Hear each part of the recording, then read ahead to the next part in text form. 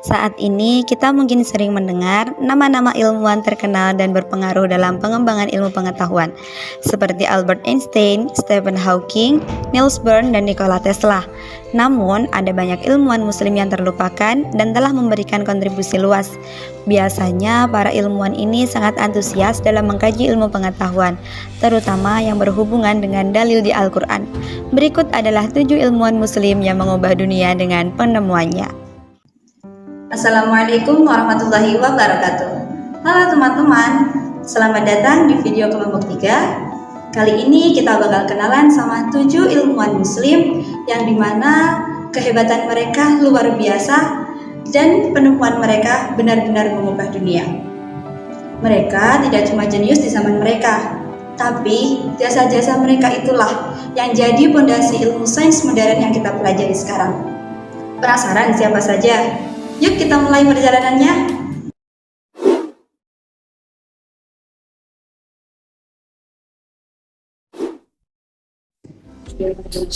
Yang pertama, kita punya Al-Khawarizmi. Beliau ini adalah master matematika, astronomi, dan geografi. Kita semua kenal beliau sebagai Bapak Al-Jabar berkat bukunya yang super terkenal. Yang pertama Al-Jabr wa Al-Mufabbalah. Tapi bukan cuma itu loh, Al-Khawarizmi juga yang mengenalkan kita pada angka 0 dan menciptakan sistem algoritma. Ya, algoritma yang jadi dasar komputer dan smartphone kita sekarang. Coba bayangin, tanpa beliau, dunia matematika dan teknologi kita mungkin nggak akan secanggih ini.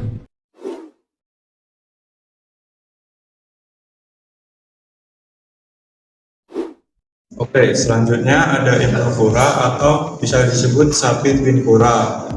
Nah, beliau ini adalah seorang ahli matematika dan astronomi dari Iran, Turki. Apa sih yang bikin beliau spesial? Dia ini jago banget menghubungkan geometri dengan aljabar, dan gagasannya itu jadi salah satu fondasi awal untuk kalkulus dan bilangan real. Di bidang astronomi, dia nggak cuma nurut sama teori Ptolemeus, tapi dia berani memperbaikinya. Dia juga teliti banget mempelajari gerakan matahari dan bulan. Gak cuma itu loh, beliau juga dikenal sebagai salah satu pelopor ilmu statistika dan fisika. Benar-benar multitalenta.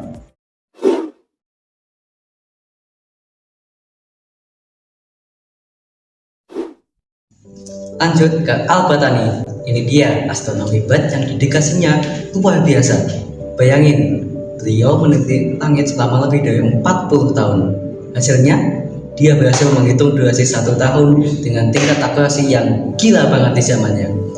365 hari, 5 jam, 46 menit, dan 24 detik. Presisi banget. Al-Batani juga punya ide cemerlang, yaitu mengganti sistem koordinat kuno dengan sinus yang kita semua pakai di rumus trigonometri sampai saat ini.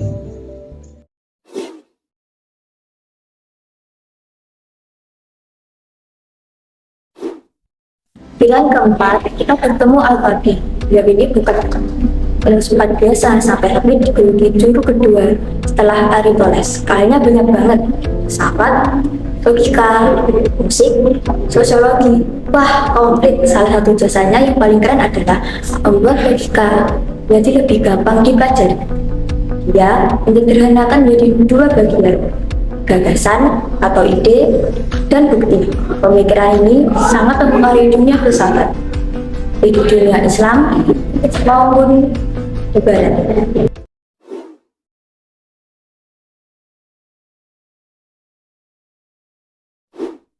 Lanjut yang kelima, ada Ibnu Al-Haytham atau yang sering dipanggil Al-Hazzar. Beliau adalah bapak ilmu optik modern. Dialah yang pertama kali menemukan konsep kamera obscura, alias kamera gelap yang jadi cikal bakal kamera yang kita pakai sekarang.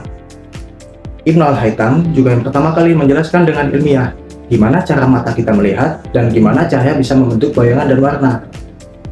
Penelitiannya nggak berhenti di situ. Dia juga meneliti pembiasan cahaya di atmosfer, gerhana, bahkan sampai gravitasi. Beliau benar-benar membuka pintu untuk fisika optik modern.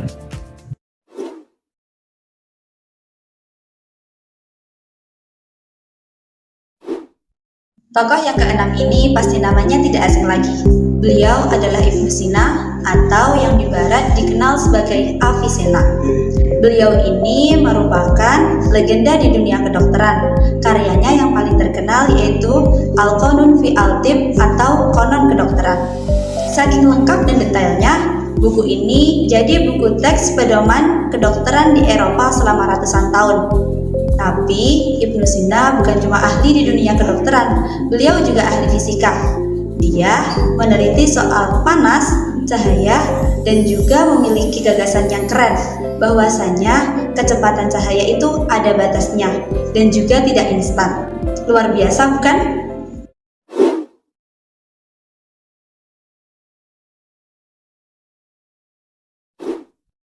Oke, yang terakhir tapi nggak kalah penting adalah Ibnu Khaldun. Beliau ini bisa dibilang bapaknya ilmu sosiologi dan sejarah modern. Kenapa? Karena karyanya yang super keren. Yang pertama, Muqaddimah. Di buku itu, Ibnu Khaldun gak cuma nyatet kejadian sejarah, tapi dia menganalisis pola di baliknya. Dia menjelaskan hubungan antara masyarakat, ekonomi, dan pasang surutnya sebuah peradaban. Beliau juga mengajarkan kita bahwa sejarah itu bukan cuma cerita masa lalu, tapi pelajaran yang berharga untuk masa depan.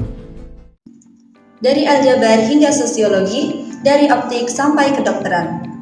Warisan para ilmuwan muslim benar-benar terasa sampai saat ini. Mereka adalah bukti nyata bahwa iman dan ilmu pengetahuan dapat berjalan seiringan dan saling menguatkan.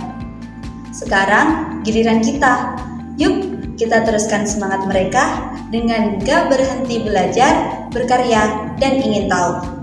Terima kasih banyak sudah menonton. Jangan lupa untuk terus mencintai ilmu pengetahuan ya.